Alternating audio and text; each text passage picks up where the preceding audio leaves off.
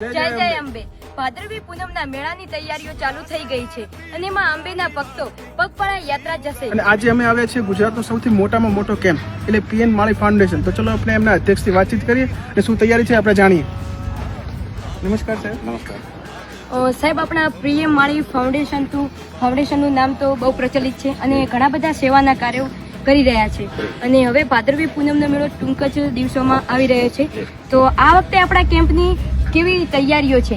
ફૂલ જ કિંજલબેન માં અંબેમાના દયાથી ફૂલ જ જોશનું કામ ચાલી રહ્યું છે. આપણે અહીંયા જોઈ રહ્યા છો અને ગઈ સાલ કરતાં પણ આપણે ડોમ થોડા મોટા બનાવ્યા છે કે મારી ભક્તોને ક્યાંય તકલીફ ના પડે, 1% તકલીફ ના પડે. એના માટે પીએન માળી ફાઉન્ડેશન આ કેમ્પ જ્યાં સુધી મારી ભક્તો તારીખ 2/9 થી 6/9 સુધી જે મારી ભક્તો અહીંથી દર્શને જવાના છે એમના માટે બધી જ રીતની મેડિકલ, જમવાનું, રહેવાની, એમને 1% તકલીફ ના પડે એમના માટે તાડમાર તૈયારીઓ બધી ચાલી રહી છે. અને એમાં જમવાની બધી આપણા ઘર જેવી વ્યવસ્થા આપણે સાદી સિમ્પલ બધું બધાના માટે આ રીતનું આયોજન ચાલી રહ્યું છે. સાહેબ, દિવસમાં કેટલી પબ્લિક કેમ્પનો લાભ લે છે? પહેલા દિવસથી 25-30 હજાર માણસોથી ચાલુ થાય છે.